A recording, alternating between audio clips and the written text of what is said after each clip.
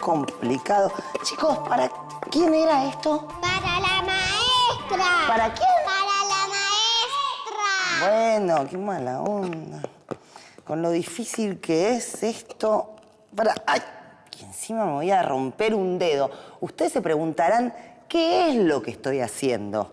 ¿Me convertí en artesana? ¿Voy a poner un puesto en la feria? No, señores, estoy escribiendo. Bueno, en realidad estoy intentando escribir, como hacían los sumerios, un pueblo de Asia hace miles, pero miles de años. Es que, claro, no existía el papel, no existía el lápiz y tampoco existía algo mucho más importante para escribir, un sistema de escritura, como el que utilizamos hoy en día. Por eso tuvieron que crear un sistema de escritura y con él escribían en tablillas, pero no como esta, sino de arcilla. Esa invención, la de la escritura, fue uno de los grandes cambios en la historia de la humanidad. Y es el tema de nuestro programa de hoy que ya les presentamos. Hoy vamos a descubrir cómo surgieron y en qué consistían los primeros sistemas de escritura.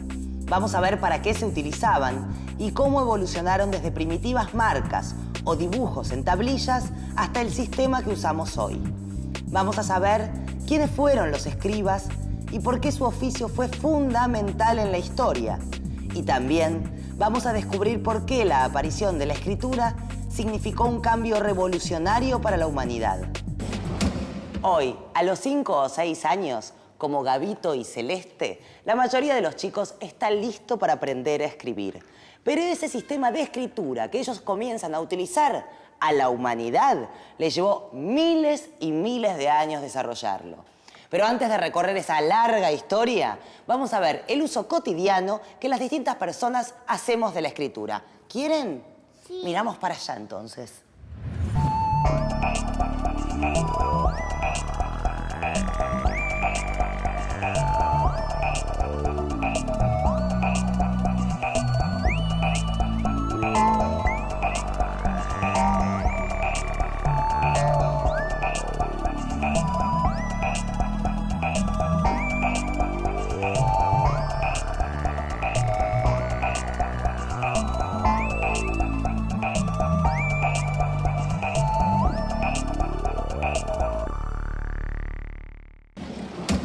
Escribir y leer son actividades cotidianas y herramientas básicas en la comunicación y el aprendizaje. Libros, diarios, revistas, cartas, mensajes, carteles, anuncios, todo tipo de textos nos dan información a través de la escritura. Expresarse por escrito es habitual entre las personas. Y hay muchos profesionales como historiadores, investigadores, periodistas, autores y docentes para quienes la escritura es imprescindible para desarrollar su tarea. Estoy buscando un dato, profe. Mire, acá está. Y de una fuente muy confiable. Y la verdad que un dato inesperado. Casi 1/5 de la población mundial es analfabeta. Casi 2 de cada 10 personas no saben leer ni escribir. Esto en el mundo significa millones y millones de personas. Sí, y esos hombres, mujeres, jóvenes o adultos sufren las consecuencias. En las sociedades democráticas, extender la alfabetización a todos los sectores de la sociedad es responsabilidad de los gobiernos. Y también existen distintas organizaciones internacionales que llevan a cabo acciones y programas para reducir el número de analfabetos. ¿Qué es eso? Una montaña y una casa. Una montaña y una casa. Muy bien. ¿Y vos, Celeste, qué estuviste haciendo? ¿Qué estuviste haciendo ahí? Eso, ¿y esto es para mí? Muchísimas gracias. ¿Me lo firmás? Muchísimas gracias, Celeste. Así lo puedo guardar. Bueno, como decimos siempre, la educación no solo es un derecho, también es obligatoria. Pero esto, aunque ustedes no lo crean, no siempre fue así. Durante siglos, algo que hoy debería ser tan simple como aprender a leer y escribir, estaba restringido a unos pocos, poquísimos privilegiados. ¿Cuáles son los antecedentes o las primeras formas de escritura? ¿Quieren saberlo ustedes también? Sí. ¿Le preguntamos al profe? Entonces miramos para allá. ¿Profe? Los primeros intentos de escritura se plasmaron en objetos, como tablillas de arcilla, por ejemplo. Estos antecedentes y primeras etapas de la escritura tienen un valor incalculable porque dejaron testimonios de un pasado remoto. Aunque los historiadores cuentan con distintas fuentes para el estudio de la historia, como restos materiales, testimonios orales recopilados en leyendas, mitos y costumbres de distintos pueblos, la principal contribución para reconstruir el pasado de estas sociedades proviene de las fuentes escritas. La historia de la escritura se inició hace miles de años, pero el dominio del lenguaje escrito estaba reservado para los sectores poderosos, privilegiados. Acceder a la escritura les otorgaba prestigio social y era una forma de preservar ese poder. Podría preguntárselo, profe, pero dado el tema del programa, lo voy a dejar por escrito y en forma de titular.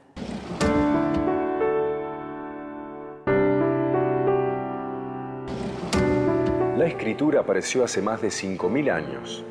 ¿Dónde?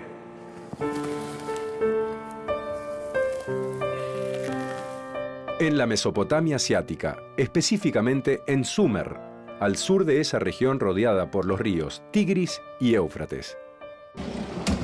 La historia de Sumer pudo reconstruirse fundamentalmente a través de las inscripciones fragmentarias escritas sobre tablillas de arcilla. Pero es muy interesante cuál fue el origen y el motivo de las primeras inscripciones.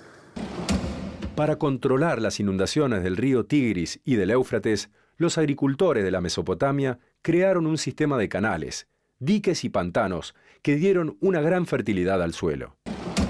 La producción era muy abundante y los excedentes de la agricultura, junto con el desarrollo del comercio, llevaron una gran prosperidad a las comunidades de la zona. El comercio de productos entre regiones lejanas era muy intenso. Los barcos que navegaban por el Éufrates amarraban en los puertos, cargados de maderas, metales, pieles y otras materias primas destinadas a las ciudades. Los granos se almacenaban en grandes cantidades en los graneros de los templos, y para los mercaderes era muy importante tener un registro de lo que compraban y lo que vendían. Los sacerdotes tenían que estimar cuánto cereal había en los depósitos y recordar quiénes habían entregado su parte y quiénes no. Está claro, todas estas operaciones comerciales, cantidades, movimientos de mercadería, tenían que ser registradas de alguna forma. Sería imposible memorizarlas. Tenían que encontrar un sistema de registro. Exacto, y el primer sistema que se utilizó, curiosamente, tenía similitudes con el que habían usado los agricultores del período neolítico en la Edad de Piedra para controlar el almacenamiento y la distribución de los alimentos. ¿Me ayudás a explicar este sistema de los sumerios? En tu mesa dejé algunas cosas que nos van a ayudar. ¿Qué nos ha dejado el profe por acá? Unos recipientes, unas piedritas de distintos tamaños, piedritas que me hacen acordar un juego que por ahí ustedes también siguen jugando. Yo cuando era chica era muy buena, ahora no sé, pero era más o menos así. Perdón, profe, ¿qué hacían los sumerios con todos estos elementos? El sistema de los sumerios consistía en colocar un número variable de cuentas o fichas, nosotros usamos piedritas, de distintos formatos dentro de recipientes huecos y esféricos de arcilla, para representar cantidades de animales o de productos. Supongamos entonces que tuviéramos que contabilizar 6 bueyes. Bueno, agarra un recipiente y acá van 1, 2, 3, 4, 5, 6 piedritas. Y sobre la superficie del recipiente se hacían anotaciones y signos recordatorios de lo que había en su interior. Ah, bueno, no lo harían con un marcador, sino con algún punzón o algo así. Yo le voy a hacer 6 palitos. Uno por cada piedrita. Muy bien, y esas simples marcas representan una de las transiciones más importantes en la historia del hombre. ¿Una forma rudimentaria de escritura? La primera manifestación del principio lógico de la escritura, que se podía reemplazar con símbolos como el que hiciste en el recipiente, el contenido real de las cuentas o fichas, o piedritas en nuestro caso. Pero los sumerios dejaron mucho más.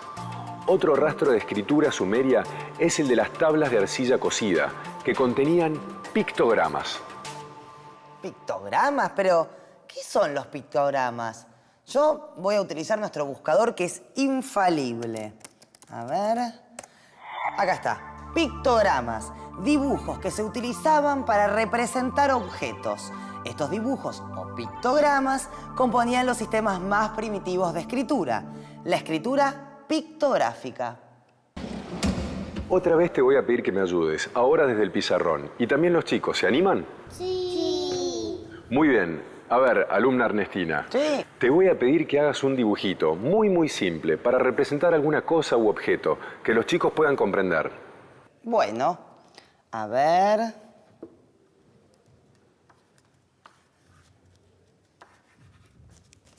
¿Qué es esto? ¡Una cara! Perfecto. Lo que acabas de escribir o de dibujar es un ejemplo de pictograma. La escritura pictográfica es un sistema en el que se usan dibujos o pictogramas para representar objetos. Es evidente en estos sistemas que la palabra escrita está muy alejada del valor fonético de la misma. No existe correspondencia entre los signos gráficos y la lengua que tratan de representar. Ah, creo que entendí. Un pictograma. A ver, yo por ejemplo hago este dibujo. Aunque usted no lo crea, profe, esto es un chancho. Es el dibujo de un chancho. Representa a ese animal independientemente de la forma en la que se pronuncia su nombre. Claro. Y para evitar confusiones fue necesario llegar a un acuerdo. Cada marca en las tablillas debía tener un significado único y muy pocos debían conocer ese significado. Así nació un nuevo oficio que ejercían pocas personas, conocedoras del significado de cada signo y de la técnica para escribirlos. Yo sé cuál es ese oficio. El oficio de escriba. Con el tiempo se fueron creando signos para designar cada cosa. Por ejemplo, un signo representaba la miel, otro significaba pescado, otro ganado. Después se fueron incorporando números, nombres. En un principio se realizaban marcas con un punzón de mimbre en una tablilla de arcilla húmeda, que se dejaba secar al sol o se exponía al calor de un horno para que se endureciera. A cada una de esas marcas se le asignaba un significado.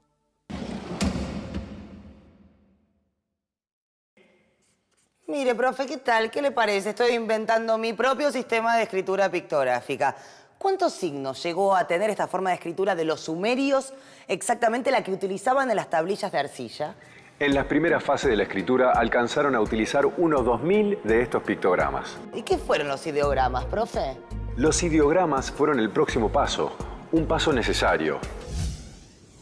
A ver, te voy a poner a prueba, Ernestina. En tu sistema pictográfico o de pictogramas, ¿cómo representarías, por ejemplo, sublime? ¿Sublime? Pero no puede ser algo más fácil. Empezamos con cara, con vaca, con chancho, pero sublime. Entonces, ¿idiosincrasia? Idiosincrasia. Profe, me está tirando a matar. No te preocupes. A los sumerios les pasó algo parecido. A medida que evolucionaba la escritura, los signos eran cada vez más distintos a las cosas que designaban, es decir, más abstractos. Los signos más sencillos y lineales comenzaron a combinarse para poder representar todas las cosas de la vida, como el amor, el dolor o la paz.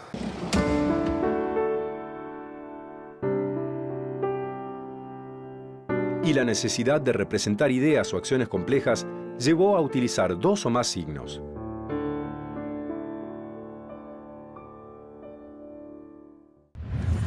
Por ejemplo, comer. Comer se representaba con el signo que se representaba al pan, seguido del de la boca. Y estos dos signos o pictogramas formaban un ideograma. Entonces, los ideogramas ampliaron las posibilidades de los pictogramas. Permitieron designar más cosas. Pero, ¿era suficiente este sistema? ¿Era completo? No. Este sistema ideográfico de escritura era limitado para anotar todos los nombres propios y las ideas abstractas, como algunas de las que te pedí. Ah, entonces me hizo trampa. Bueno, un poco. Entonces, para resolver el problema de esos nombres o ideas que no podían representar, los sumerios empezaron a utilizar el fonema de los signos en lugar de su valor gráfico. Cuando un escriba necesitaba registrar una palabra que no tenía ideograma, podía recurrir al signo que representaba otra palabra, pero que sonaba parecido a la que quería escribir. Por ejemplo, para escribir año, que se pronunciaba mu en sumerio, se utilizó el signo de planta, que también se pronunciaba mu. Esto permitió crear un vocabulario complejo, y la escritura comenzó a tener otros usos, además de los aplicados a la administración de la economía. ¿Cómo fue ese paso decisivo después de los pictogramas e ideogramas a un sistema completo de escritura que pudiera expresar todo lo que formula una lengua? Claro, como los ideogramas en realidad representan objetos del mundo real, en cierta manera tienen una capacidad limitada de expresión de la lengua, porque hay especialmente todo un conjunto de palabras abstractas que en principio no se pueden expresar de una manera directa con un solo signo. Es en este punto en que tanto en Egipto como en Mesopotamia se empieza a advertir que al lado de los ideogramas comienzan a aparecer un tiempo después otro tipo de signos que en realidad son también pictogramas, pero en los que ya no tiene valor el objeto representado como tal, sino que se vacía ese concepto que ese dibujo representaba y se conserva el sonido de aquel objeto. Al disponer de estos nuevos signos que solamente tienen un valor de sonido y no un valor de representación del objeto, se dispone de la posibilidad de combinar esos nuevos signos, que siguen siendo pictogramas, pero que tienen una función diferente, y a partir de la posibilidad de evocar las palabras que en la lengua se expresaban de una manera determinada con estos signos que tienen un valor fonético específico, se pueden empezar a construir palabras abstractas y a ampliar el conjunto de las palabras posibles, ¿no? Ay, el Quijote, la Divina Comedia, el Martín Fierro, clásicos de la literatura. ¿Se los deberemos a los sumerios? No es que Dante, ni Cervantes, ni José Hernández fueran sumerios, pero con el sistema de escritura que idearon los sumerios nació la literatura. ¿No, profe? Sí, el sistema de los sumerios comenzó a utilizarse con distintos fines. Escribir las hazañas de los héroes, enseñanzas, leyes, alabanzas a los dioses y poemas. Y así comenzó la literatura.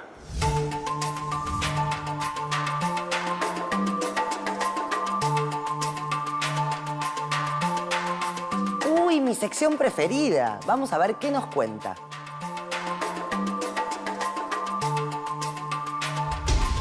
¿Sabías que el que se considera el primer libro del mundo se encontró en un pozo de la ciudad de Nimrud, la capital de la antigua Asiria, cercana al río Tigris?